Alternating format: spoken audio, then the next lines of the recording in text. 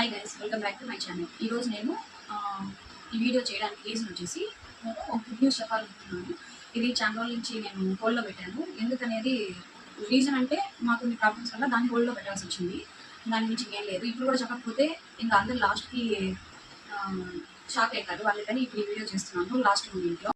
అదేంటంటే నేను మళ్ళీ ప్రెగ్నెంట్ అని చాలా మందికి ఇంకా తెలియదు. మా రిలేటివ్స్లో కొంతమందికి మాత్రం తెలుసు. నన్ను దగ్గర చూసే వాళ్ళకి, నా సరౌండింగ్స్లో ఉండే వాళ్ళకి, నా రిలేటివ్స్ మాత్రం తెలుసు. అది నేను ఎవరు చెప్పలేదు. ఒకరి నుంచి ఒకరు పాస్ చేస్తున్నారు. అంటే నేను ఎక్కడ రివీల్ చేయలేదు.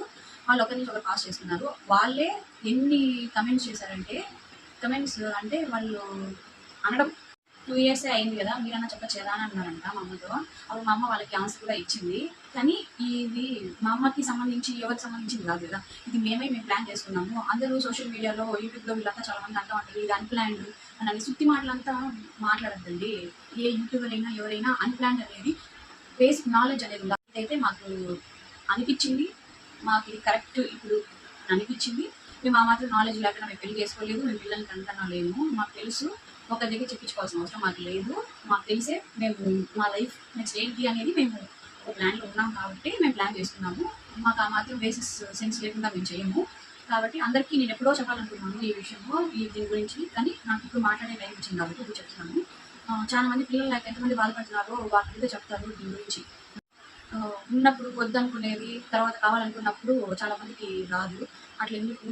ఇప్పుడు రాని వల్లే మీ దగ్గరే మీకు చాలా మంది ఉంటారు. ప్రెగ్నెన్సీ రాని వాళ్ళు, పిల్లలు వాళ్ళే వాళ్ళు ఎంతమంది జడ్జ్ చేస్తూ ఉంటారు. ఇంకా పుట్టలేదే అంటారు. ఒకవేళ భిన్న పుట్టేశారంటే అంత ఫాస్ట్గానా అంటారు. లేటు పుట్టలేదా ఇంకా అని అంటారు. పుట్టకపోతే పుట్టలేదు అని అంటారు. ఇట్లా చాలా జడ్జ్ చేస్తూనే ఉంటారు.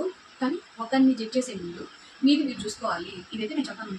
అన్న వాళ్ళు కూడా నేను తప్ప నేను అనట్లేదు. అది మా గురించి ఉద్దేశించి అన్నారు. కానీ ఇది మాకు కరెక్ట్ అనిపించి ఇప్పుడు మేము మా లైఫ్ మాకు తెలుసు కదా, మేము ఎలా ప్లాన్ చేసుకోవాలనేది దాని గురించి నేను చెప్తున్నాను. అంటే మీరు తప్పుగా అనుకోవద్దు.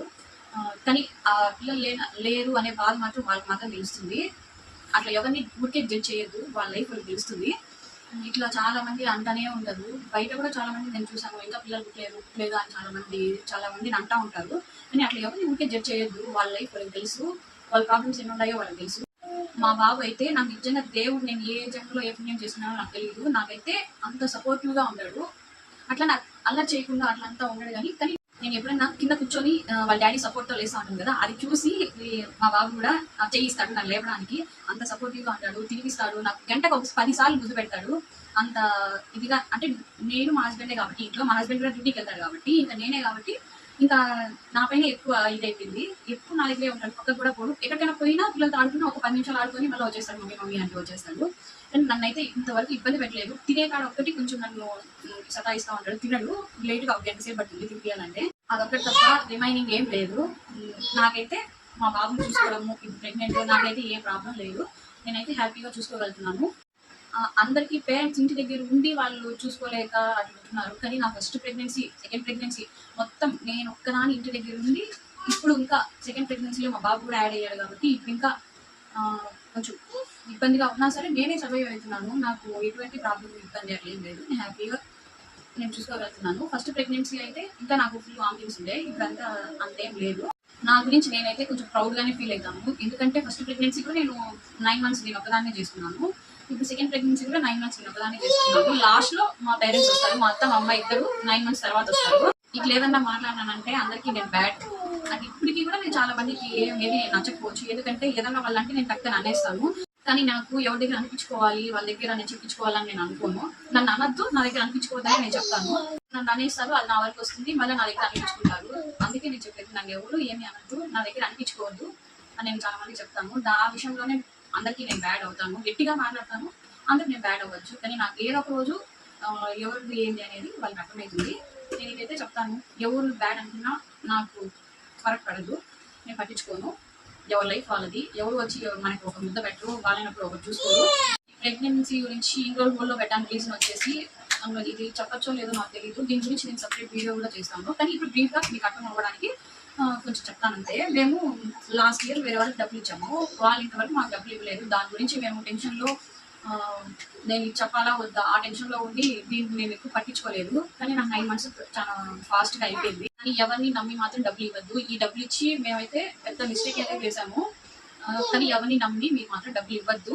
ఇప్పుడు ఇంట్రెస్ట్ కూడా డబ్బులు ఇవ్వద్దు, మీ ఫ్యామిలీ మీ క్లోజ్ అనుకున్న వాళ్ళకి మాత్రమే డబ్బులు ఇవ్వండి. మేము అట్లా ఇచ్చి ఇప్పటికీ వేస్ట్ చేస్తానే ఉన్నాము. వాళ్ళకి డబ్బులు ఇస్తాము, మళ్ళీ అడిగేటప్పుడు మళ్ళీ గొడవలు. ఇదే డబ్బులు తీసుకునేటప్పుడు మాత్రం బాగా తీసుకుంటారు, ఇచ్చేటప్పుడు మాత్రం గొడవలు. ఇది మాత్రం నేను చాలా సార్లు ఇదే గమనించాను. మనం ఏమో ఇస్తాం, అప్పుడేమో హ్యాపీగా తీసుకుంటారు, నెక్స్ట్ ఇచ్చేటప్పుడు మాత్రం గొడవలు. నేను చాలా మందికి చెప్పాను, మా హస్బెండ్కి కూడా చెప్పాను, చాలా సార్లు చెప్పాను, డబ్బులు ఇచ్చేటప్పుడు హ్యాపీగా తీసుకుంటారు ఎవరైనా, మనం తీసుకునేటప్పుడు ఖచ్చితంగా గొడవలు అవుతాయి అని ముందే డిస్కస్ చేసుకున్నాము. కానీ అది జరుగుతూనే ఉన్నాయి, అదంతా నేను పట్టించుకోను.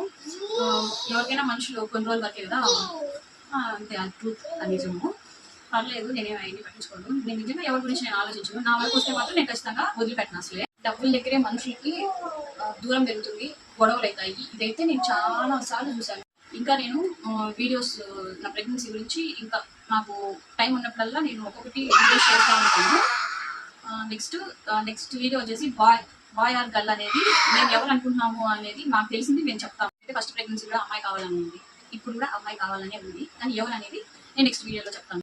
ఎవరి లైఫ్లో ఏం జరుగుతుంది అనేది వాళ్ళకి మాత్రం తెలిసింది. సో వాళ్ళు మీ ఊరికే జడ్జ్ చేయొద్దు. మా అత్త ఇప్పుడు దాకా కష్టపడింది కాబట్టి మా కోసము మేము ఏం చేద్దాం అనుకున్నామంటే, ఒక 2 years తర్వాత మా అత్త ఇంటికి వెళ్ళి పిల్లల దగ్గర పెట్టేస్తే మేము కోవిడ్కి వెళ్ళి మేము సంపాదించుకోవచ్చు అనే థాట్లో మేము ప్లాన్ చేసుకున్నాము. ఇది అందరికీ చెప్పాలని నేను అనుకోలేదు, కానీ కొంతమందికి అర్థం అవ్వాలి కాబట్టి నేను చెప్తున్నాను అంతే. మా ప్లానింగ్స్ మాకు ఉంటాయి, ఆ మాత్రం నాలెడ్జ్ లేకపోతే ఎవరు చేయరు. నాకైతే పిల్లలు చూసుకోవడంలో నాకేం ప్రాబ్లం లేదు, నేను హ్యాపీగా చూసుకోగలను. పిల్లలు ఉంటేనే కదండి హ్యాపీగా ఉంటాము, వాళ్ళు ఉంటేనే మనకి కొంచెం ఆ డే అనేది త్వరగా ఫినిష్ అయిపోతుంది. నాకు పెళ్ళి అయినాక 1 year ఎలా ఉంది, ఇప్పుడు ఎలా ఉంది, డిఫరెన్స్ బాగా తెలుస్తుంది. ఇప్పుడైతే లేకుండా ½ an hour కూడా నాకు బోర్ పడుతుంది. అదే 1 year నాకు ఎంత బోరింగ్గా ఉంటుంది. మా హస్బెండ్ బయట వెళ్ళిపోతాడు డ్యూటీకి, నేను ఇంట్లో ఉంటాను, నాకు ఎంత బోర్ ఉంటుంది. ఇప్పుడు నా బాబుతో నేను ఎంత క్యూట్గా మాట్లాడతాడో ఇది నేను చెప్పాలనుకున్నాను అంతే.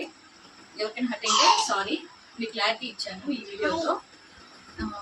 ఎవరికైనా కొంచెమన్నా realise అయ్యింటే thank you.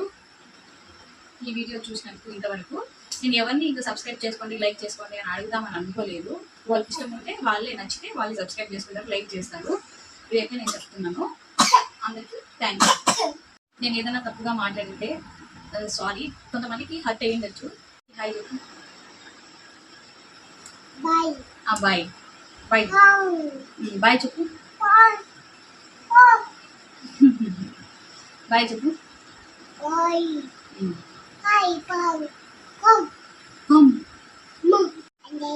Bye mummy, bye. ABC అని చెప్పు. ఏ